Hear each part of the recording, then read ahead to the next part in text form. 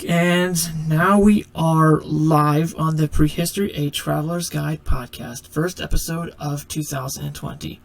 I am your host, Greg Nono, and today on the podcast we will be covering a recently funded new dinosaur survival horror game from local players called Goner. And today we will be interviewing their two lead co-founders, Tony and Valuka. And joining me on co-host detail is paleo artist and fellow Primitive War team member Emily Stepp. So say hello, everybody.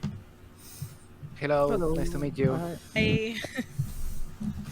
Yeah, it's been a good long while since I've done one of these, and indeed this will mark my very first episode centered around a dinosaur video game. So I'm kind of excited to be talking about a game featuring our favorite prehistoric critters. So my first simple question will be to the both of you is, what led you to found Local Players, the studio, and what overall inspired you to create such a game centered around dinosaurs such as Goner?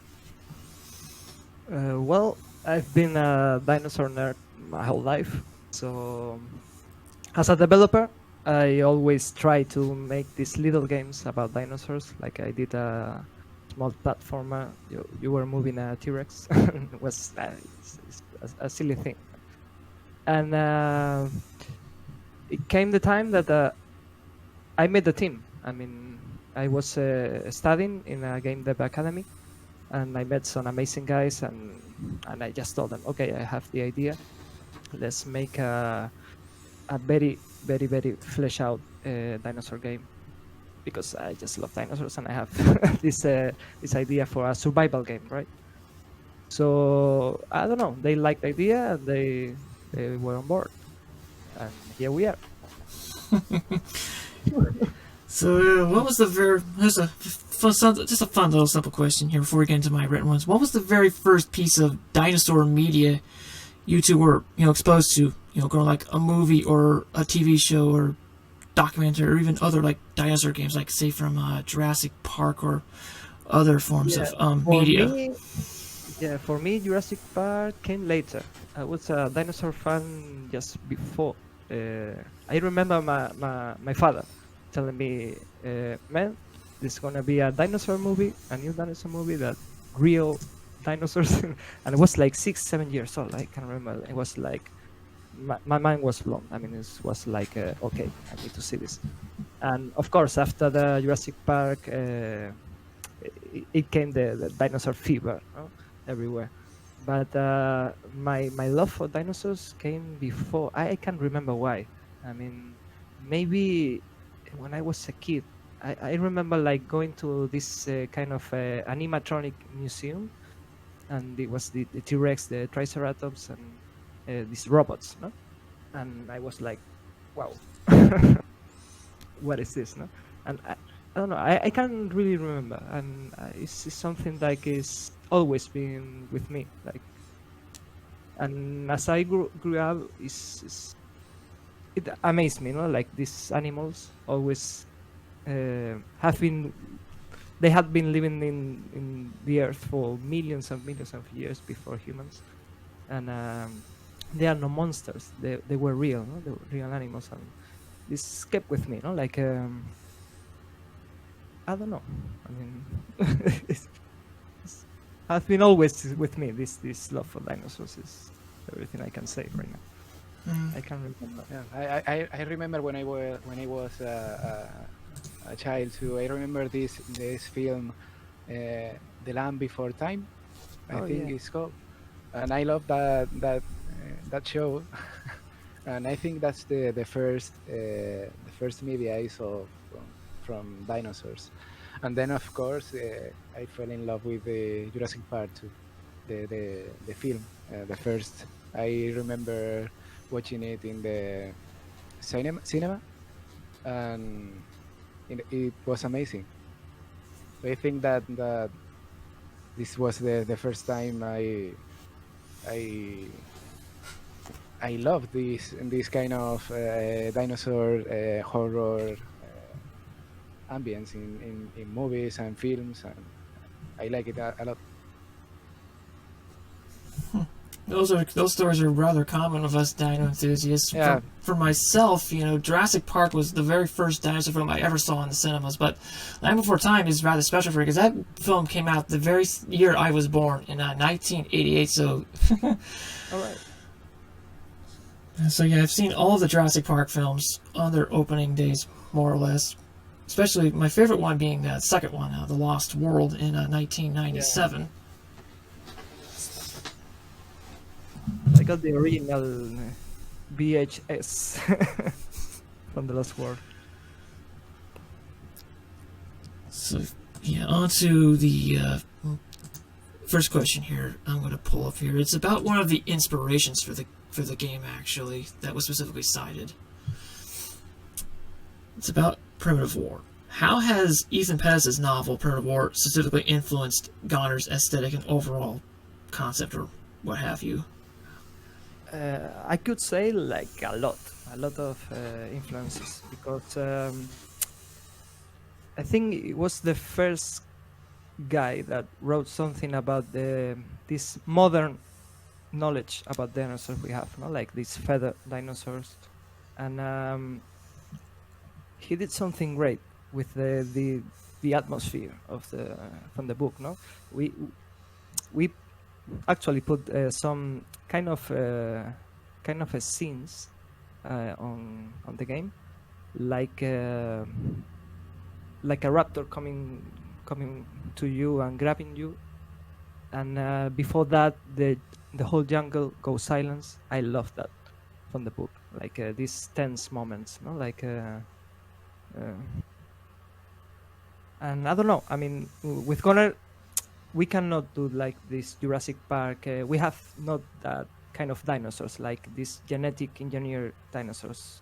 We needed like accurate dinosaurs, no, actual real dinosaurs. So yeah, we got a lot from Primitive War, like this feeling and the accuracy of dinosaurs, of course. I did catch on that. I caught on to that when I was looking at the concept designs for your dinosaurs, and then thinking back to how we do things in Primitive War. We do a mixture of creature design and paying attention to the latest current scientific data in paleo art and whatnot. Which brings me to my current question: by what means are there dinosaurs on this uncharted island setting in the Goner game? Come again? Sorry. Yeah. Okay. Yes. By what means are there dinosaurs on this island? We have genetic engineering. We got the time travel distortion stuff from Primitive War, or the old just simple Lost World premise from old movies where there's just dinosaurs on an uncharted island and all that stuff. Okay, that's kind of the main story. So I don't know if we can spoil it, but because the player needs to know about the story of the island. Why are these dinosaurs in the island? So we want the player to discover that. But yeah, it's going to be something like Primitive War kind of set. Okay. I'll just leave it for when the game comes out then. Yeah, sorry. I figured that would be a backstory question. Yeah, man. Yeah, I mean, it's not like the Lost World thing that these dinosaurs surviving in a... how you say in English, like this isolated place, no? Like somehow it's something else. I mean, I don't want to tell you. Okay, so it's not like Skull Island. No. I think that's enough without spoiling it then. Yeah, sorry. So, I mean, we're taking some legends, like we are from Canary Islands, right? And there is a legend about an island that is you can see it on the horizon, and when you try to reach it, it disappears. No, so we take something about that legend from our history, and we try something else. I mean, it's some science fiction in there, but I think it's going to be good. I hope. It almost sounds like a Bermuda Triangle type thing with the island, Yeah, Something like that. Yeah. So, all right, Emily, you want to ask some of your questions now? Well, I guess I was gonna ask about with the dinosaurs that you chose? Like, was there something that inspired that selection of dinosaurs? All right.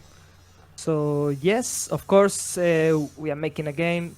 T-Rex and Raptors are like I don't know, are like almost obligatory to have it. No.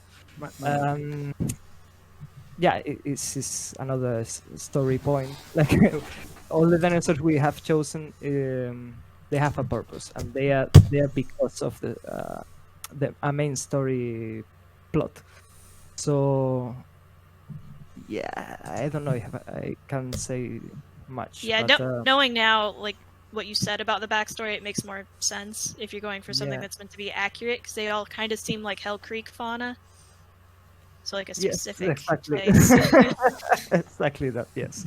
So people can, of course, like connect the dots when we reveal more dinosaurs.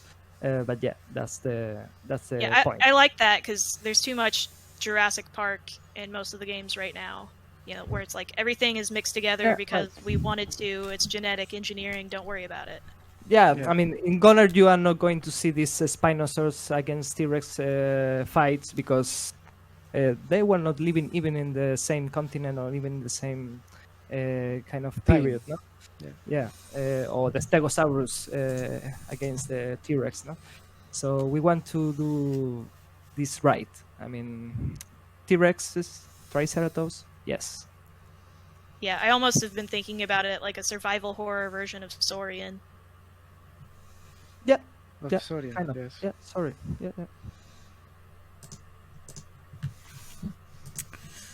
Which leads me to another one I had. How much research went into deciding on the appearance and behavior of the dinosaurs and other animals featured in this game, and were any scientific papers and publications consulted for possible inspiration?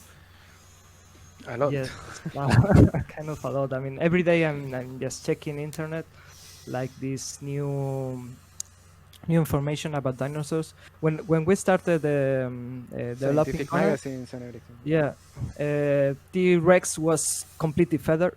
Now it may have some quills and may mostly scale. It may have some these lips covering the teeth. So we are changing our models like almost every day, no? Like every time we see this new information, new discoveries, we try to catch up and make our models and concepts. Actually, now every concept we did is out of date. Yeah, that happens. Yes. Yes. I don't know. Maybe last week I read some papers about the Deinonychus that they may not have hunt in packs, and that was a feature we wanted to have in the game, and maybe we need to change it a bit right now.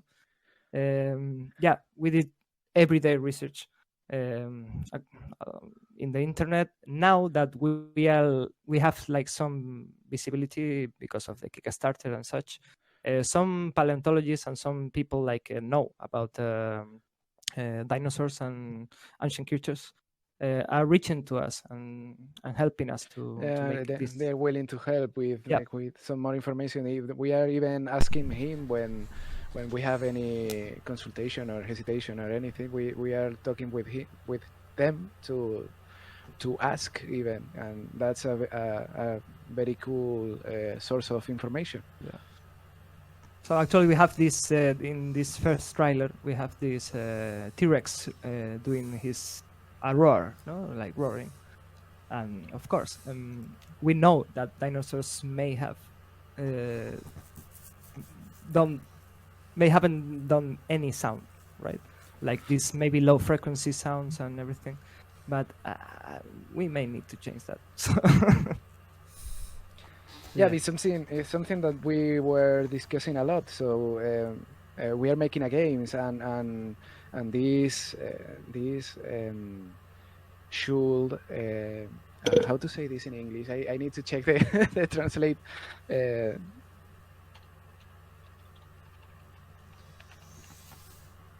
Get attention. I didn't know how to say. We need to get attention, and this roar must sound aggressive and powerful. That's why we made this roar for for the T-Rex, but we know that the T-Rex didn't sound like that. So we are going to make some different features in the in-game. So when the T-Rex is following you, they're going to make this vibrating sound, this low frequency sounds, like the latest studies have been saying. So we're trying to make it as accurate. I don't know how to pronounce. Accurate as possible. Accurate. But we need to think that this is a game too. We need to make it a little bit aggressive and because it's a horror game, so we need to make the best we can. We are trying to make this the best we can. Well, I mean, emus can make some pretty crazy booming, almost like a roar sound. Yeah. So we are using I mean, like I think you can go. the cassowary sounds like. It's Just scale that up. Yeah, no, we're studying a lot of bird sounds like this, like to put it on the game, like because I mean, I think you can get like pretty theropods, speculative. like we think that well, it's known like theropods, theropods are like more like related birds, modern birds. So we are watching and studying a lot of birds to make the dinosaur sounds right now. Yeah, we are looking, at least for sounds, we are looking a lot of different kind of birds. We, as Bulika said, from this Australian bird, the sound that it makes, and I don't remember the names right now, but we have been listening a lot of birds and looking for which could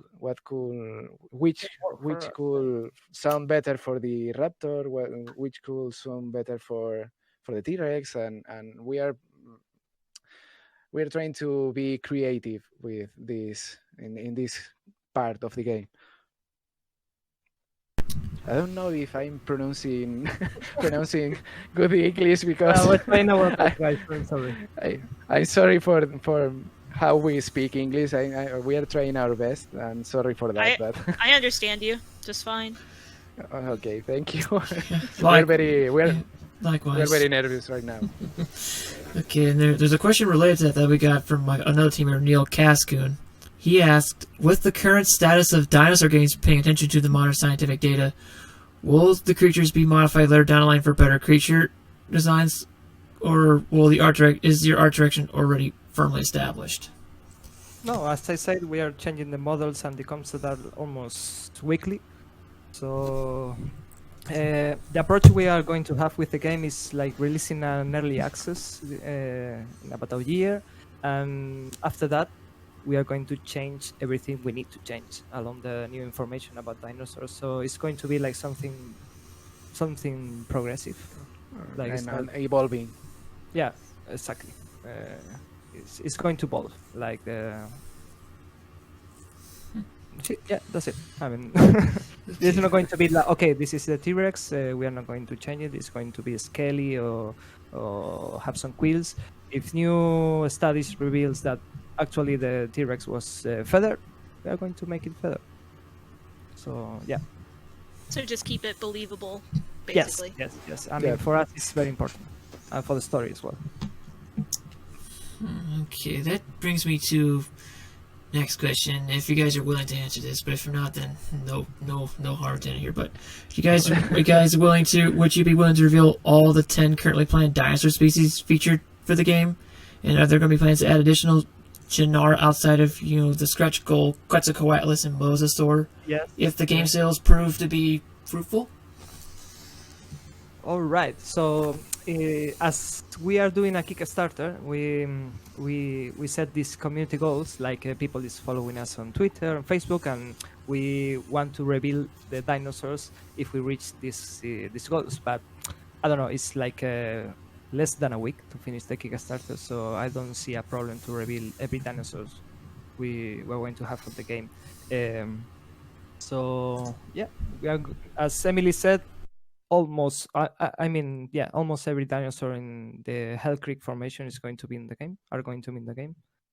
So you can expect expect? Pachycephalosaurus. We did reveal that? No.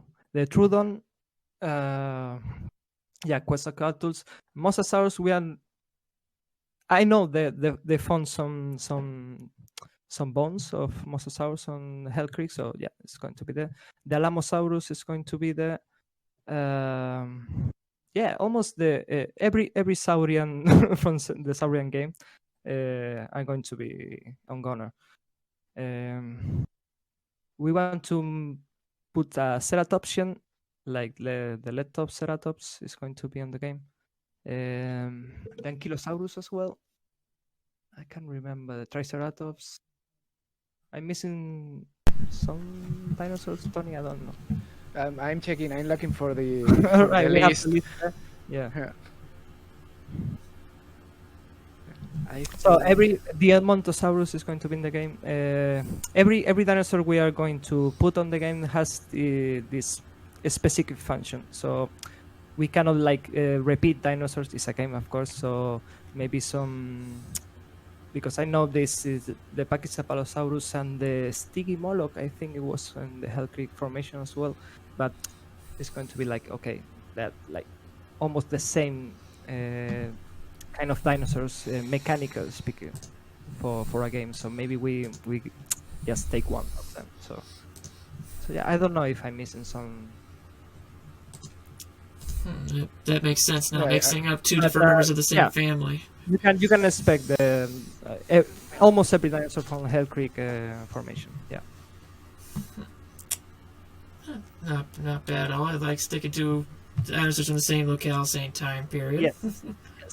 Yes. You can. Yeah, you can. I like that. You can. Spoiler connect alert. Yeah. What can we say?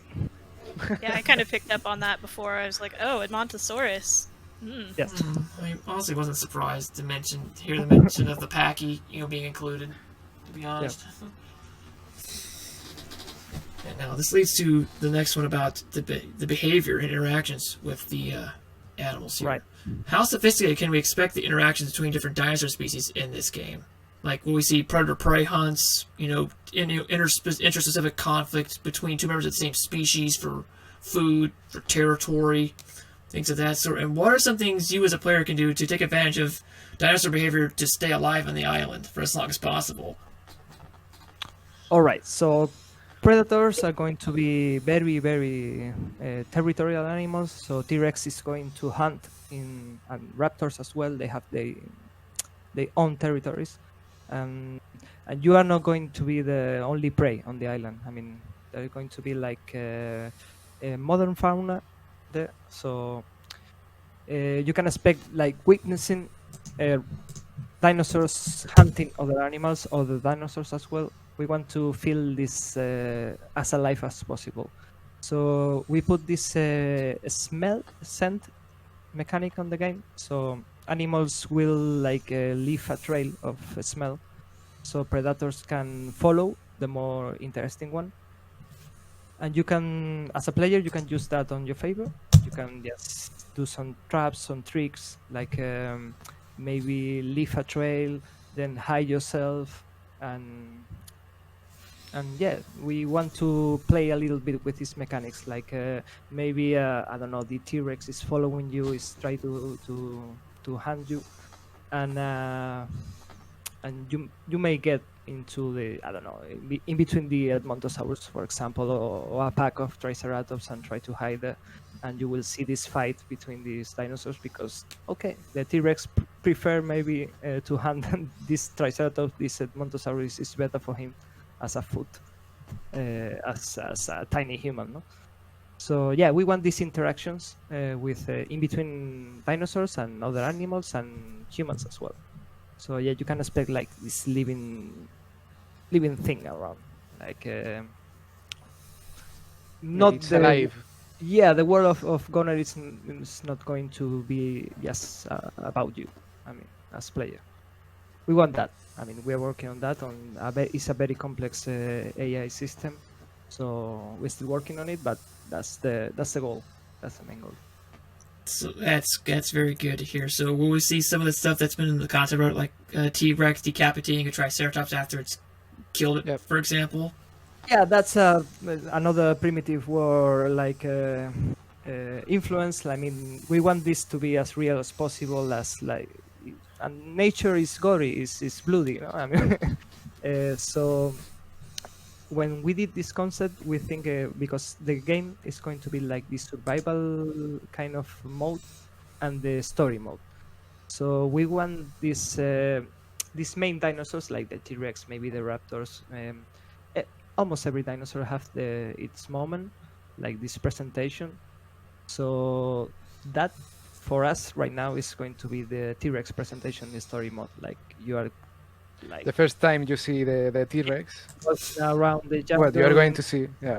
And you will see this pack of Triceratops just drinking on the river or just grassing, eating some grass or something.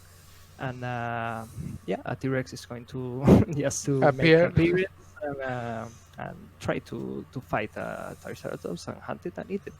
And we want to do this decapitation thing, you know? Like yes, we are doing a horror game as well. So In that moment, you're going to feel very small and and yeah, weak. helpless. No, yeah.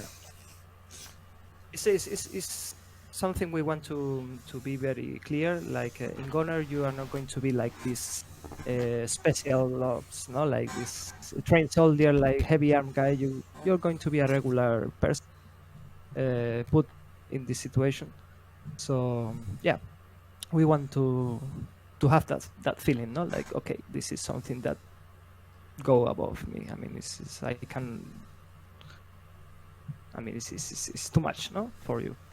We want this feeling, Connor, like, and we think this is a powerful moment, no, like a T-Rex just killing a Triceratops in the most brutal way possible. It's like, okay, maybe I'm next. what can I do? We always like to at least for me, I always like to explain Goner, saying that do you remember the scene from Jurassic Park, the first movie, where the children were in the kitchen and two raptors enter inside this kitchen and they are horrified. They are trying to survive, hiding and running away. You know, this feeling is going to be in all the Goner. Yeah, I mean, you have this in Jurassic Park, like regular people, like scientists and kids. They cannot defend properly against this menace, no? These dinosaurs, these animals. And in primitive war, you have these soldiers with guns and everything, and even like that, they are helpless against like these T-Rex or raptors, like these predators. So we like that idea, no? Like even if you had guns, dinosaurs can be very, very dangerous. That's certainly true. Like, even during the Vietnam War, soldiers fell prey to tiger attacks. Just to cite a real life example. Right. Exactly. That's right. And people is asking us, okay, we can tame the dinosaurs, or something like that. I mean, and I like to tell them, okay, imagine yourself, not like this hero. I mean, imagine yourself lost in Africa, no, in a jungle. You wouldn't try to tame like crocodiles or lions. No? I mean, dinosaurs were animals as well, and if they are hungry and you are there, you are prey. Yeah, that's the feeling. That's what we want to do with Honor. Yeah, that's something that we are receiving a lot of questions and a lot of persons saying to us that we need to make maybe you have a pet in Goner. No? It's something that we need to discuss a lot because it's a horror game. So why are you going to have a pet in a horror game? They might be thinking about games like Far Cry Primal, Exactly. where you have you can send out a murder tiger. But if you're just a regular person, you won't be able to do that. It's something that we need to discuss a lot. Maybe a pet is not a good example, but this the taming a dinosaur is something that is not going to be. I mean, it's trending because the Jurassic War, no, like Chris Pratt, like taming the raptors and such, maybe.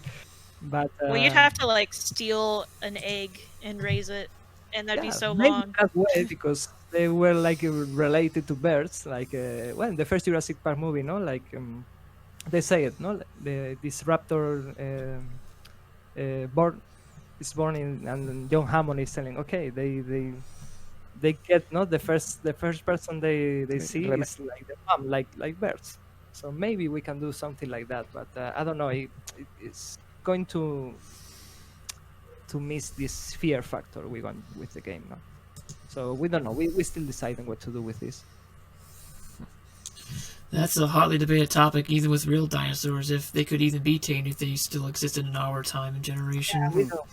Yeah, we could never know. I mean, what can I say? Yeah. Okay, now on to a story question about the human cast of characters. Can you tell us more about the human cast of characters for the main story, and if any real-life inspirations were looked at for the lost civilization that you'll be encountering on this island? Yes, maybe I can tell you a little bit. I mean, it's going to be a lost civilization, yes. They are going to be like very important for the story, so they are the main reason this is happening. So I don't know.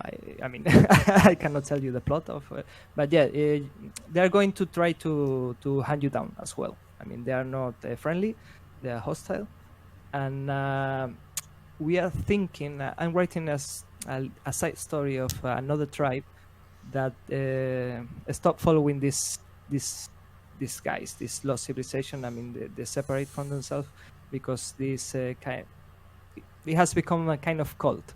Okay, they're like dinosaurs are for them like the new gods, right? So there are some a faction that is not going to be agree with this and may try to help you a little bit. We want this to be in the story mode. Like this kind of you cannot trust anyone. All right. So even if we have this other faction trying to help you, maybe you cannot trust them because they have their own agenda for the island, for the dinosaurs, for the story. So as well, you are going to meet because you are playing as Anthony Sander. So you are looking for your missing mother. It's kind of this, and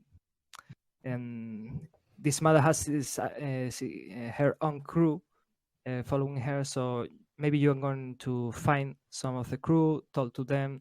They're going to be like present on the game, and maybe send you some quests and asking you for help. And we, I don't know if I can tell you because you can expect like meeting crazy like other characters. I cannot tell because yeah, there are going to be some human characters and they're going to be key for the story and the plot. So I don't really want to tell you more about them because yeah, it's going to be a surprise. Yeah. Okay, that's another to chalk up to wait till the game comes out. Yeah, I'm sorry about that, but yeah, I mean, it's very important for the story. I mean, these guys are going to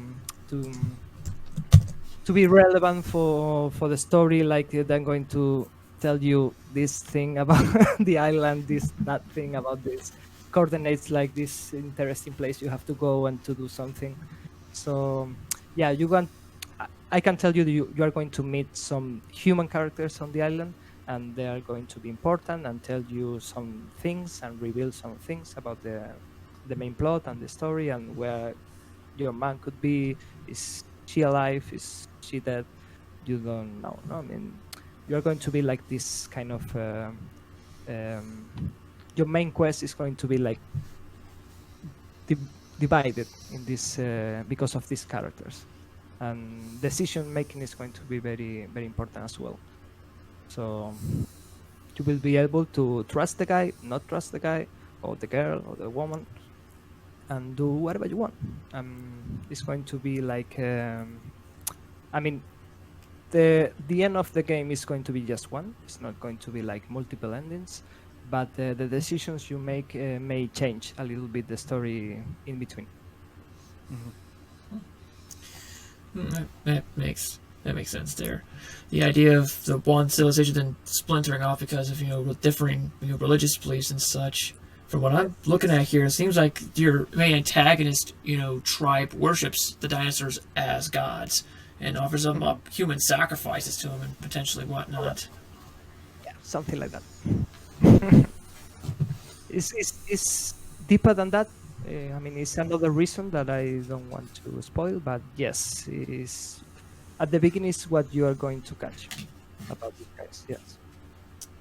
That looks like that was inspired from ancient Mesoamerican, civilizations like the Maya, Inca, Aztec, and so forth. Correct. Yes, correct.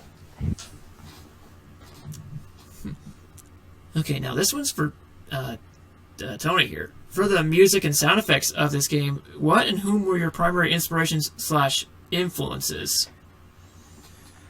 My influences. That's a tough question. I've been following this for the soundtracks.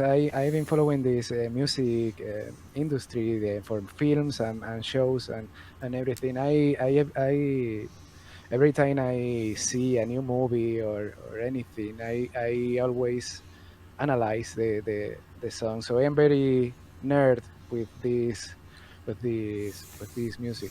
So for the game, I'm trying to have some inspiration from I don't know how to pronounce his name in English. He made the Godzilla soundtrack. Bear McCreary? His name, Bear McCreary, exactly. See, this man, I like every music he made, and I'm trying to get influenced by him. Also, I like a lot John Williams. This is a legend. This person is a legend. He makes the music for Star Wars and everything. And I'm trying to make this like if you have a protagonist, this person is going to have a melody that will differentiate him, or if you have a main enemy, this enemy will have a specific music for him. So I'm having this inspiration from both of these artists, and I'm trying to be I'm trying to do it the best I can. So yeah, that's what I. Okay, this bounces back to another animal design question I had for Valuka here.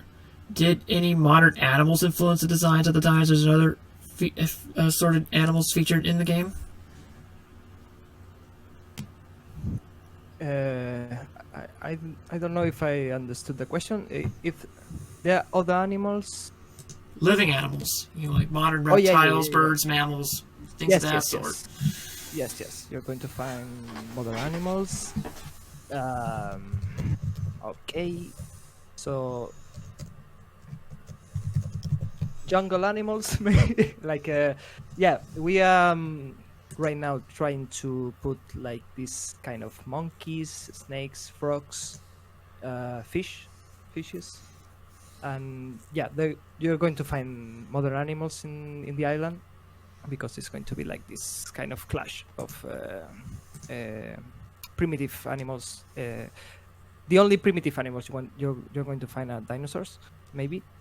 For now, we're thinking on maybe add some other primitive animals of the same Hell Creek location or something like that. But yeah, mostly they're going to be like modern animals as well.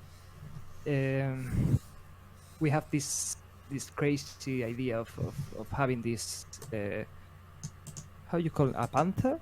Yeah, you call it a panther in English against raptors, right? Panther. The one big cat we have in the Americas would be the jaguar. Oh, jaguar. Jaguar. Yeah, Jaguar. So yeah, you can expect that from Connor. That should be interesting.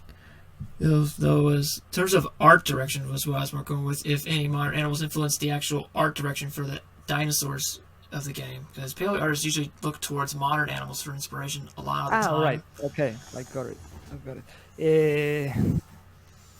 Yes. I mean, it's the short question. I mean, of course, we don't know how the dinosaurs really look like. So we're taking a lot of inspirations of modern birds, of course, and sometimes for the Alamosaurus, we took inspiration from crocodiles, like this. They have this kind of a skin with a bony skin, no, like these scales. So because actually these last studies, like they may have this kind of skin, no? So it's hard for us, like to say, okay, maybe the sauropods has this elephant skin or maybe more scaly skin. So we have in account everything, like the height, the size of the animal. So for us, you can say an elephant has no a lot of hair because it's very big, no? So maybe to how do you say in English, like this temperature, Gigantothermy? Yes, yeah, maybe. So maybe the T-Rex is as maybe so big that may have no feathers, so maybe it has some like quills or something like that.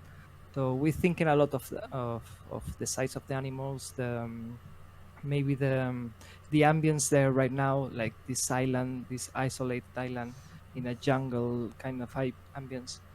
So yeah, we're taking a lot of modern animals reference to make even the sounds, of course, of the dinosaurs. And yeah. It's not something that we are like inventing, or like, okay, we like the T-Rex with I don't know, with spikes or something. No, that makes no sense for us. Maybe it has some spikes, we don't know, but yeah. Which brings me to a design question I just thought up of. Will there be sexual dimorphism in this game for the dinosaurs? Like differences between males and females of the same species? Yes. Yesterday we actually were talking about that yesterday. Like we wanted, like at first we have only one T-Rex, but it would be interesting to have this female T-Rex and the male T-Rex.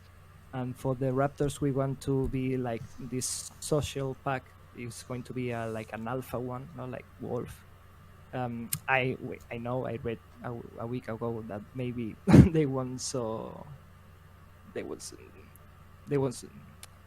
social. I mean, but yeah, we want this differentiation in the skins and maybe some physical traits, like you can say that that's a female, that's a male. With Edmontosaurus, we are doing that. The male Edmontosaurus, they have this crest on the head, and the females are like more like this blend. You say blend colors, like it's not so colorful. So yeah. We want to do that. Yes, we're working on that. I have a quick question about your Edmontosaurus. Does it have hooves, like the new impression that they found? Oh yeah, right. Yes. We need to change the model right now, but yes. And even with the Alamosaurus, I read like a month ago, something like that, that they may have maybe not the Alamosaurus, but the sauropods, they may have this beak like the Triceratops instead of like this skin mouth. Yeah, I've seen that, kind of like a hardened keratinous skin. Yeah. I like the idea. And the first concept we did it with this hardened skin beak. So yeah, we may have to change the Edmontosaurus design to put the hose. Yes, because we did with nails. Like yes. So I think I'll let Emily answer her next round of questions here. I don't even know where we are in questions. Right. Let's see. Okay, you had one about mod support stretch goals. Oh, right. Like, if you were to get mod support, what kind of mods do you imagine there being? Like, I kind of think, because I play a lot of playable dinosaur games, that people would want to make playable dinosaur mod. Yeah, probably it's going to be why made. I was even thinking that the mod community is going to make, like, this game is going to be in first person. Maybe the mod community will make this game for third person perspective. So maybe they're going to make that. And for the mod support, we want them to maybe be able to add their own dinosaurs, their own behaviors. Maybe, I don't know, they can do whatever they want. I mean, improve the graphics, make another island. and even there is a lot in the mod community. There is a lot of person that like the survival mechanics to be very hardcore. I don't know if I'm saying it well, but realistic. Yeah, realistic survival mechanics. So in the mod support, it is going to be made for sure. I'm pretty sure about that. So if you want to play as a dinosaur in first person, maybe you can do that with a mod support. I mean, we are going to work like giving the mod community all the tools they could need to make to change the game as they please.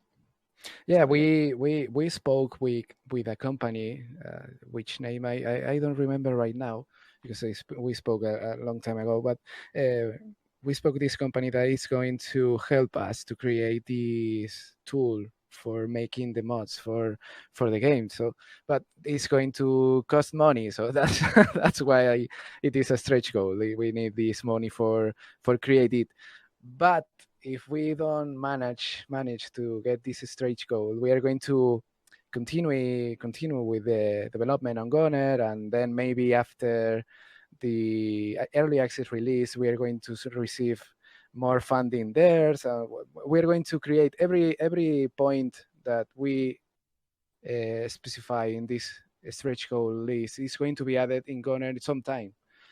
If we manage to get the stretch goals now, we will make it faster. But that's something that we're going to make for sure. It's good to hear about the modding, because that keeps games alive for years after they're done developing. We think the same, yeah. I'm a very fanboy for the modding community. Some other. I like a lot. I made a lot of mods for another games, and especially this hardcore survival thing. I'm a little bit nerd in this case, so I'm very proud if we manage to create this mod support for Goner. I'm going to be very proud, and I'm gonna like it a lot. I enjoy a lot with the modding community and what the people can make. The people is amazing what they can make nowadays, and it's going to be very funny.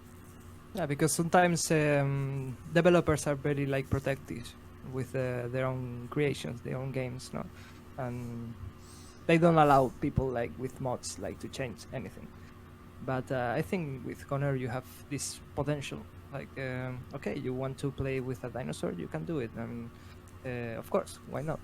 Or do whatever you want. I mean, change the game as you please. I mean, this is for us. It's as you say, Emily. It's like to keep the community growing and invest in the game, and maybe make the game better as we expected. So yeah, mod support is key for us to have. As well as the consoles. We want to release the game for consoles too, but we're going to need more money for that. Oh yeah, that's expensive. Yeah.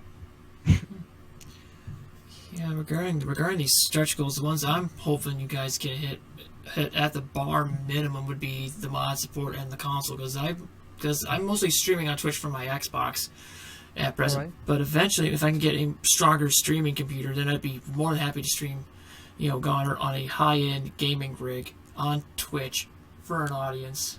That would be pretty cool. Like, Yeah. like this is like a week left for the Kickstarter to be over, so we don't expect to get these stretch goals. Maybe, I don't know, but even if we don't get there, we are going to make it. I mean, later than sooner, sadly, but we want every point of we set in the stretch goals, we want to be in honor. So yeah, As it console it was very important for us. Yeah. Sorry. As it currently stands right now, there's currently 28,208.48 euros collected so far. Yeah. And it's only like Even the another first. 1,500 to hit the first stretch goal of the pterosaur being brought into the game. Which So brings maybe you- we regret. I don't know. No, we already have a. I don't know if I can say this. I mean, we already made a video for release today. Yes. It's like a gameplay teaser. So we are going to release this gameplay teaser. It's just like showing the how to say in English behavior, the behavior of the raptor. So we are going to show in this gameplay this, and we hope to gain a little bit of visibility in the community with this video. which- So hopefully, yes. If we release this gameplay teaser, maybe people like it, and it's our last ballot for the Kickstarter. So we're trying very hard. We work every day to make this campaign to work. But yeah, even if we only reach the first stretch goal, to put the Quetzalcoatlus on the game, that would be a triumph. a triumph, in other words. Triumph. Yes, that would be amazing, because we have very cool plans for the Quetzalcoatl. So yeah. Which brings me to my question: if the Quetzalcoatlus does make it to the game, what sort of a threat will it pose to the player? Because in Primitive War, these were one of the deadliest predators in that I whole love novel. that kill in Primitive War with the Quetzalcoatlus. It's so gory and it's so brutal. I mean, yes, it's going to be a threat. I mean, if the Quetzalcoatlus is going to be in the game, even if we don't get the stretch goal, it's going to be later than soon, of course, because making the model, animations, everything will cost money. Yeah, of course, and it's not only the dinosaur, the flying reptile. It's not only the have to correct myself. The model and the animations is going to bring new mechanics to the game, even maybe you are this trying to climb a cliff, and the Quetzalcoatlus make appearances, is trying to catch you, and and maybe you are in a high branch on a tree, or even in a meadow, trying to drink water, and they can trying to get you, flying towards you. So yeah, it's going to be and we're thinking you can maybe do this kind of I don't know how to say this in English,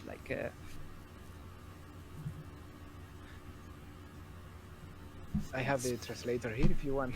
You can. delta wing. I don't know how do you call it. Maybe you can craft a delta wing, something to fly and and throw yourself from a cliff, from a mountain, and you will be flying with this Quetzalcoatlus trying to catch you. So yeah, they're going to bring a lot of cool mechanics to the game, and they're going to be dangerous, of course. And let's also not forget that these pterosaurs could also hunt on the ground too, like giant marabou storks. Right. Yes. Of course. So this is a two-way front. You can be attacked from the sky or even attacked on the ground. Yeah, I was trying to explain that like you were in the middle, like trying to drink or something like that, and yeah, of course you could find these Quetzalcoatlus just walking around and trying to attack you. Yeah. But probably more often than not, the terrorists are probably looking for smaller animals to go after, like say a wild boar or some other small animal they can just gulp down easily. Yep. As well. Yes. And you can make your traps and try to maybe to have a board, as you said, no, and try to run away and, and just leave the board there for the pterosaurs. Yes, yeah, you can do this kind of interactions. I mean, we aim to do that to feel like as realistic as possible, but not like boring realistic. Like okay, it's a game. But you will be able to do something like that, like not like other games, like okay, you are the player and everything is going to try to attack you and kill you and catch you. No, you can like do your things to maybe avoid that, right? Yep. So hiding your scent, camouflaging yourself, going into the trees, finding shelter, all that sort. And this brings me to another thing. Will the Quetzalcoatlus also serve as the quote-unquote vultures of the game, with scavenging, dead carcasses that are found throughout, the island? Yeah, of course, and you could see them fishing and something like that. I mean, like just flying through lakes and rivers and try to catch some fish. And yes, if you could find like a dead Triceratops or Montosaurus or whatever, and the Quetzalcoatlus carcass in there, eating from the corpse. Yes, of course, yeah. And so Emily had another question about paleo artist inspirations. Right. Yeah, that was just basically the question. If you had a specific paleo artist that has inspired things, like maybe like, I don't know, Brian Ing had the decapitating of the Triceratops art not long ago. There's just anyone in particular? Well, I like it. How was his name? Raf Herrera, maybe. Raf Lomaton? Lomotan, yes. He did the concept art of the art for Primitive War. Mm-hmm. I love that. I love the designs, and I've taken a lot of this concept, this art, and somebody else, I don't know. Maybe I'm scouting internet and checking for this kind of feather and accurate dinosaurs, and I can't remember right now any names, but maybe this guy from Primitive War is our main influence. We have this illustration that you can see the Triceratops drinking on a river, and you see this protagonist, the guys on the ship, no, and this big, I don't know the crocodiles. How was the name? This Corsuchus? Caprasuchus. Yeah, Caprasuchus saharicus. Yeah, attacking the pack of Triceratops, and I tried to do that on the game. Like a Triceratops was like drinking water, and we are using another kind of crocodile, but the Deinosuchus. Yeah, Deinosuchus.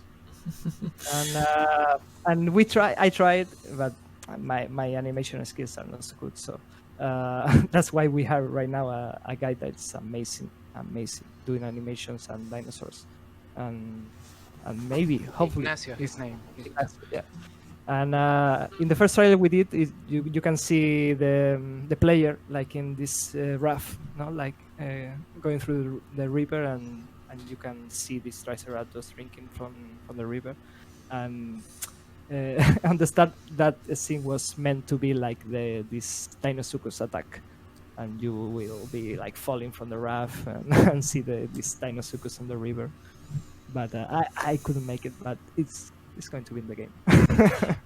Yeah. But this is my main influence of the paleo arts. You couldn't have picked a better one from Raph. And it's confirmed that Deinosuchus is indeed confirmed for the game. Yes. That's pretty cool, because the last time I recall that thing being in a game was in the Lost World Jurassic Park arcade game back in the 90s as the second stage boss. In fact, it's the next reveal we wanted to make in the Kickstarter. So Don't say. Everyone is going to know. It's like 5-6 days to finish. Just, I just want trust to me, reveal guys. everything. Lips are sealed about Dinosuchus being publicly outed before you guys officially reveal it. But, you know, me, I'm a huge fan. I love crocodilians, both modern and extinct. And to hear that Dinosuchus is here, it's pretty cool. Even though it didn't technically live alongside T-Rex, but it did live alongside other Tyrannosaurs. So it being here is, I say it's acceptable. Yeah, I know. I mean, we need to make some sacrifices, but I love the Dinosaurs to be in the game. So yeah. I mean, I have some tricks for the story that for the Dinosaurs to match in the game. So yeah, don't worry. So in terms of the sizing for Dinosuchus, this animal has undergone quite a different size revisions over the decades, actually. Initially, it was reconstructed of an inaccurate skull modeled after a crocodile, but more recent... That's right, yeah. Last week or 2 weeks ago, I read some new information about the Dinosaurs. And for the how you call it, the snouts? Yeah, a bulbous protrusion on the end of the snout. Yeah, it could be like unique. Like no crocodilians have a snout like the Dinosaurs had. So we are taking that and put it on the game. Yes. That's going to be pretty awesome. And regarding a specific species, the biggest one I think was Dinosuchus riograndensis at around 36, potentially 39, feet long. That'd probably be the one you feature in the game. Yeah, I mean, of course, we take the bigger ones. Yes. Yeah. And any chance that these Dinosuchus will get into fights with T-Rex?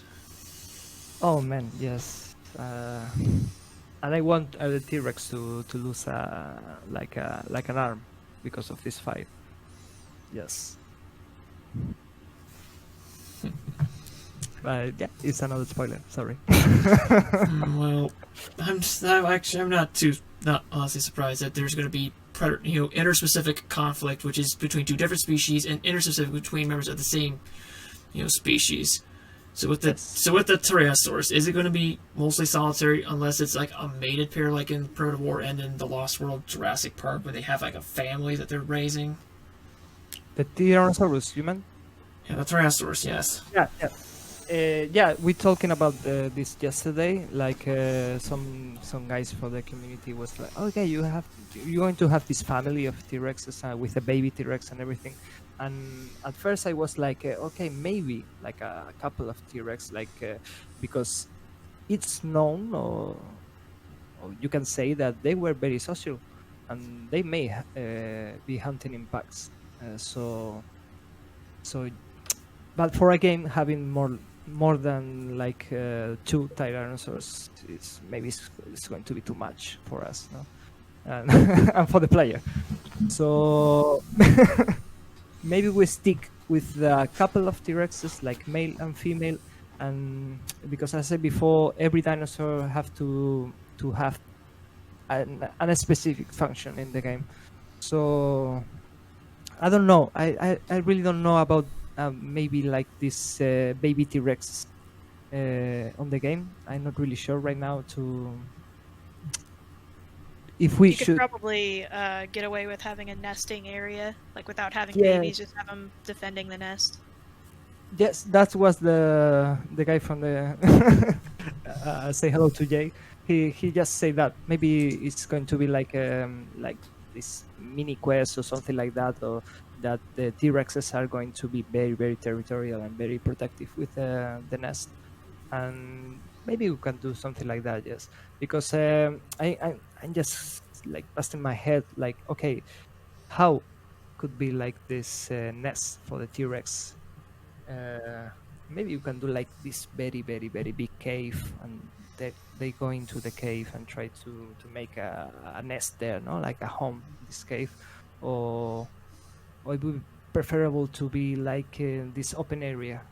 I still don't know. I mean, for the raptors, I have pretty clear how I want to do the nest. But for the T-Rexes, I'm still deciding what to do with that. And the baby T-Rexes, and I still don't know. I mean, maybe it could be interesting to have these kind of interactions, like trying to catch an egg, or trying to catch a baby T-Rex or something like that, or and the male T-Rex or the female T-Rex, or even the couple, like, hey, what are you doing? So yeah, it's still in very early development, and some features we want to do, and we like, oh, this could be very cool to have in the game. Maybe it won't work. I mean, in overall with the game, no, in general. So we have to make a lot of tests and trial. But yeah, it will be interesting to have this pack of T-Rexes and with the babies, and be very territorial and protective with the kind. So yeah, maybe. I'm not close to that idea, right? So just looking at the stretch goals here at the 50K mark, there's a thing about biome additions, volcanic, lava underground. What sort of challenges would the player potentially expect when exploring these potential new biomes, like new critters, new traps, things of that assorted nature? Yeah, okay, lava itself is going to be dangerous, of course, but we're thinking of more than creatures. We're thinking more like items, like this climbing equipment. Maybe you will need like a gas mask or something like that, no? Like this, yeah, of course. The temperature is going to be like a main issue in these caves as well, so you need to take care of that. But I haven't decided about the creatures you can find in this kind of biome, because it's too hot, no? But yeah, it's going to be like maybe some side quests there, some raw materials that you're going to need. If we put this biome, you will find some new materials to craft some new things and stuff. So, and quests, and maybe some new key items that they will be important for the main story. So yeah, it's going to be a dangerous place with some interesting things to do. That's for sure. Yeah. I could imagine, a volcanic setting being a great place to find materials for crafting, stronger stone tools and weapons, potentially even, and stronger shelters. That's the main idea. Yes, correct. Yes. About the creatures, I don't know. Even I couldn't figure what could, possibly live, down there, except for like microscopic stuff that can tolerate the extreme temperatures. Yeah, I don't know. Yeah, maybe. It's something like okay, we think on the base things you could find in this kind of biomes, and thinking of game mechanics, like, okay, temperature is going to be an issue, maybe climbing, maybe like falling bridges and rocks, something like that. So, and you have to go there to take something, to grab something interesting for you, like for crafting, for, I don't know, for the story. Maybe you a side quest, like a character, okay, I lost something in that caves in this biome, you need to take it for him, and maybe he can give you something in return, or give you a location or something like that. So of course it's going to be like something important. I mean, a new biome is going to be you will have to do something there. I mean, of course, and new mechanics and stuff, and new materials, and yes. About animals and creatures, I don't really know how to put it. That's the beef table for another time in development. Yeah. For another time. This brings me back to a design question I had, just for the fun of it. Which dinosaurs were the most enjoyable for the artist to, come up with the designs for? Well, maybe the most interesting one was the T-Rex, and the less or the most painful one was the raptors, because we want the raptors to be as accurate as possible. So with all the feathers and everything, to model that is a pain in the ass. I mean, this is very hard. So, and I was very like, for the T-Rex, I wanted this expressivity. I don't know how to explain in English. And for the raptors as well, I want them to move the lips as wolf. No, like when they get angry, like they are. I wanted that on the dinosaurs and the T-Rex and the raptors as well.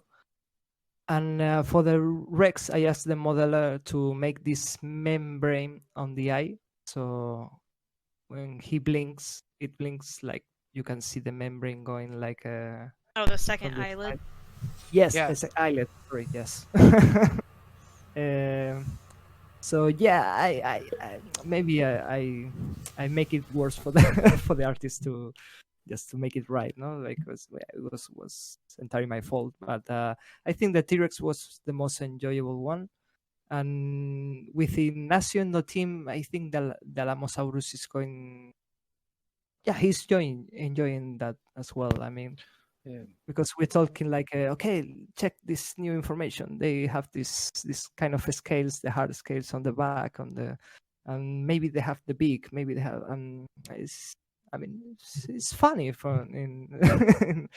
to talk with the artist and check the new information and try to make it the best as possible. No, like I think the most enjoyable one could be the T-Rex and the Alamosaurus right now. Yeah, I know this is a podcast, but I'm showing to you a concept or a photo of what Ignacio is doing right now. Is modeling sculpting. I think is said he's sculpting the Alamosaurus and He has done such an amazing job. I mean, with the skin Yeah. and everything. he's very talented. Well, And when I it's the told last- Robert about the concept of the raptors, that what I can say now is we are going to use the Dakota raptors. Dakota Raptor. That's a good choice of species to use. And okay, he did like I don't know, like 10 or something like that, different concepts and approaches, and one of them was like this very green and red feather turkey. Like I hate it. This was like but yeah, I mean the raptor maybe was the hardest one to get right, and we're still changing it, so yeah. But the T-Rex, I'm very pleased with the last T-Rex we had, and well, it's the one we are using, no, in the promotional trailers, and the even the concept we did at first is nothing alike not the model we have now, and maybe in some month the T-Rex is going to be totally different. We don't know, but yeah, I told the guys, okay, there have to be characters in the game, not only like bland animals, like bland. I don't know. So yeah, the eyelid was important for me. The lips were important. The scars. Okay, the Rex has these scars. Like he has some backgrounds. He has fights on things. So I think Carles did the T-Rex. Is a 3D modeler. He enjoyed that a lot. I think, yes. You mentioning the T-Rex having facial scarring, that's actually not too far off the actual scientific fossil records. We found T-Rex specimens that have bite marks on their faces that correspond to other tyrannosaurs, which shows that they did fight with one another for either territory, maybe cannibalism during extreme circumstances, or for settling dominance within a social unit. Yeah, like most of modern animals does. No, I mean lions fight themselves, and you can. And actually, I tell Carles, okay, you can, because which other animal could attack a T-Rex? Another T-Rex, of course. Maybe the Deinosuchus, or maybe a fight with a Triceratops. But yeah. I mean, we took that on account, and we wanted this to be reflected on the game, like not a perfect T-Rex. it has to be some scars, some maybe like I said before, like he's missing a limb. Um, I want to make to have this background on almost every dinosaur, no? Like in Primitive War, you have this Utahraptor with the knife on the eye, no? Cyclops. Yeah, the Cyclops. Yeah, I like that. I mean, I want to be this kind of very yeah. When you see a dinosaur, okay, you can see. Okay, this guy has some fights before, no? Had some background before, and yeah, we wanted to reflect that on the game.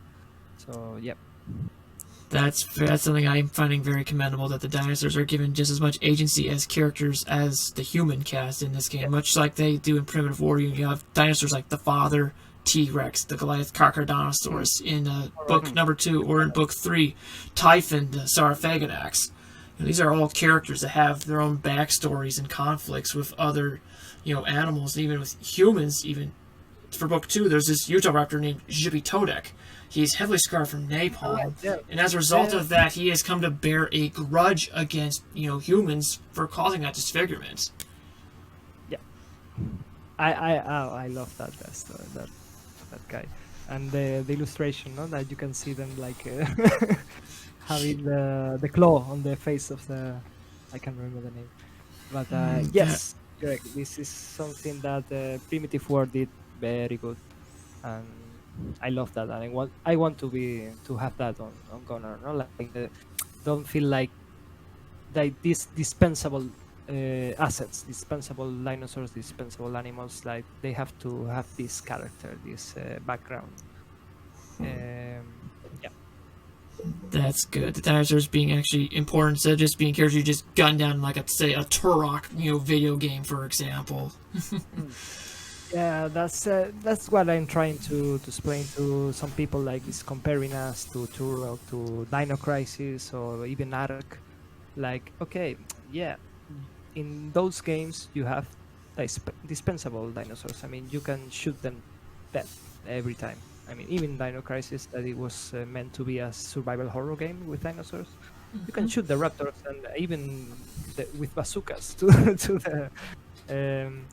We wanted to do something different, like like I said before, like you are a regular person and you are in the middle of this situation with these amazing animals and dangerous animals. You're just a regular Joe stranded on an island full of hostile dinosaurs and hostile members of a lost civilization with That's right. just your ingenuity and your wits to survive. Yes, that's the pitch for the game.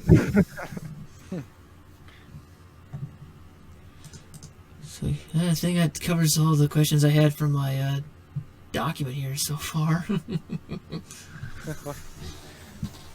So Emily, did you have anything else you wanted to ask him? Not really that I can think of. I think all my questions got answered. Nice. Pretty excited about the game, though. Oh, we are too. I just want somebody else to do it. I just want to play it. I mean, it's for us. It's a game we really want to play. No, like nobody else have done it before. And as a kid, I always wanted to have like this kind of game. Actually, I think I wrote this game when I was 10 years old on paper. Like it was a guy that was stranded on an island and you have to survive, and it was surrounded by dinosaurs. And this idea just kept with me, no, like my whole life. And I always wanted to play this kind of game. So that's a good, positive thing, no? Like and you're enjoying what you're doing. You're enjoying the game you want to play. You know what you want to do. Yes, And yes, you're going to do exactly what you want. So yeah. I mean, I just want to finish development and do this game and play it. To start playing. We all want to be able to actually play test this thing and eventually then enjoy the full release in a couple years' time. Yeah. That's the sad thing about the game development. It takes time. So yeah, but as we have said before, in this year, before we want to release the game in early access, we want to be super clean and I mean transparent and public and everything, and we want to be releasing this free and prototypes and pre-alpha maybe, so you can download and try it and give us some feedback. So this way maybe the wait doesn't feel so long, right? So after the Kickstarter we start working like hell, like to make these small prototypes. We're already working. Yeah, of course. We have even hired some people right now for continuing working while we are asking for funding in Kickstarter. So we have already. We have never stopped. We've been making the game from. It's like you can expect like not being silent for a year. Like we are going to be like very present the whole year, like releasing this kind of small prototypes and demos maybe for you to try. Tell us about the game, of course, and I think, and I think we are every day we are in the Discord speaking with the community and answering his questions and their questions and everything. We are trying to be as active as possible and trying to be like Ulrika said, as transparent and don't make this waiting too long. That's a very good approach to have. I've seen too many good games, too many games of great concepts, you just get ruined because they just try to bum rush it out the window without playtesting, without checking for bugs and other things. And what do you end up getting? A game with very poor critical reception and bad sales and whatnot. We want to avoid that. Even with this little teaser we did today, or what we finished today, we are afraid. I mean, we are concerned that there are a lot of, not a lot, but some bugs and things. But I don't know, man. I mean, we want just show it and get some see what feedback. happens. And see what happens, of course. But keep in mind, it's something that is work in progress. It's something that is not easy to do. I mean, we are working in a very interesting mechanic with the raptors, and the AI is going to be very complex, as I say, no, like this social thing, like they're going to be calling themselves each other. I mean, they're going to have like an alpha raptor. Like it's having like a feature in the game where when the raptor are hunting you, they're going to be speaking themselves. So you're going to hear in middle of nowhere, you're going to hear the sound of the raptor, and you will know that they are speaking each other to hunt you, and you are going to be very scared in that moment. And we are very influenced now. Now that I say this, we are very influenced with the primitive war when Ethan makes this. When you are in the jungle, there is a lot of noise, and the jungle goes silent when a raptor or when a dinosaur is approaching. So this kind of feature is going to be in the game too. So we are trying to make these kind of features with the raptors, and we are trying very hard to make this very I don't know how to say, very suspenseful. Enjoyable. Yeah, I mean, of course, when you are making a game, you don't know what people are going to say about the new reveals or new mechanics. If they are not like really well done, you always have this concern. And in our case, as we are doing this Kickstarter, it's like a double threat. I mean, maybe we release this gameplay, and people that have already back is okay, that this is not enough for me to keep back in this project and take out their pledge. So we are a little bit concerned about that, but I don't know, man. We are just eager to show people a little tease for now of what you can expect from the game. And so let's cross our fingers and see what happens. But yeah, that was supposed to happen today, maybe later. So yeah, let's see what happens. But we want to show it anyway. So You probably know I'm going to be first in line to see that teaser when you guys do go public with it. I mean, the video is there. I mean, we're just waiting to make this update, this some text and contact people. Like, okay, video. And we are having a lot of problem with YouTube compression. So the video is already uploaded in YouTube, but this compression is very. Yeah, it's not looking so good as we expected, because YouTube. Yeah, we know how to make games, but we don't know how to make videos for YouTube. So this is something that.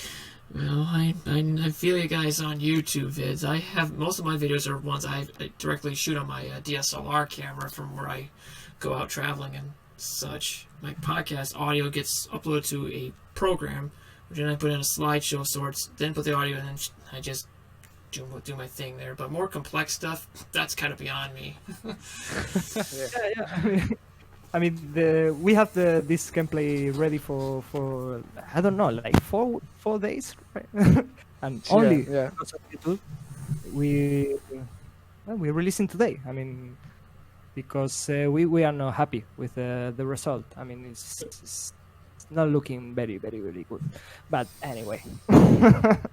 So the high def isn't done processing? If it's done, I mean, you can just watch the the compression video then? in 4K, but if you try to watch it in just 1K, in 1080p, it's not looking very good. I mean, we don't know why. Of course. Well, I mean, something's better than nothing. Yeah, that's what we think. So let's see if it's that doesn't do if you want to see the video, campaign. And I don't know, man. We have this little concern. In fact, we did in the description of the video, and even in the Kickstarter, we are going to put this link so you can download the video, the raw video, so you can watch it like in the whole quality, because we have this concern, man, that this is going to be like, okay, this doesn't look very good. Yeah. But anyway. Yeah, we recommend to watch the video in 4K. Because it's going to look much better. Yeah, close. You're going to have this download link, so you can download the video and watch it on your computer without the compression of YouTube. So it's going to. We hope this will be. The community will understand this and will watch this in their computers. I mean, we hope. Yeah. So do you think this is a good place to call the interview? Or do you think you guys still got more things to tell us? Oh, we are really thanks. It's a pleasure to be here and speaking with you, to know you, and it's been a great time. Thank you so much for inviting us. Yeah, we were very nervous because of English, and we didn't do a lot of interviews, so this is pretty new for us. So we appreciate it. I think this is maybe I think this is the first interview in English, isn't it? Yes. Indeed, it would be, and you guys did pretty good in spite of what we were both, fearing going into this. Sorry. Thank you, man. Thank you. Thank you. Yeah, I mean.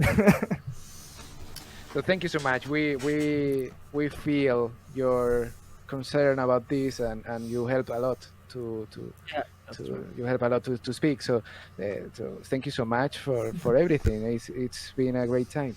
You guys are both welcome, and also I'll say thanks to Emily for coming out to join me today for this. It was quite an honor to have you on board, Emily.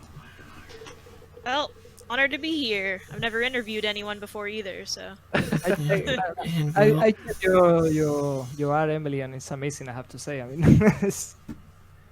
I mean, we feel honored to be with you guys today. So, yep. And I mean it.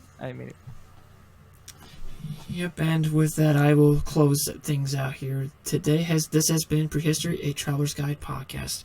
I have been your host, Greg Neumann, and I bid you all a good day, and good luck to the devs on the rest of the Kickstarter campaign and development.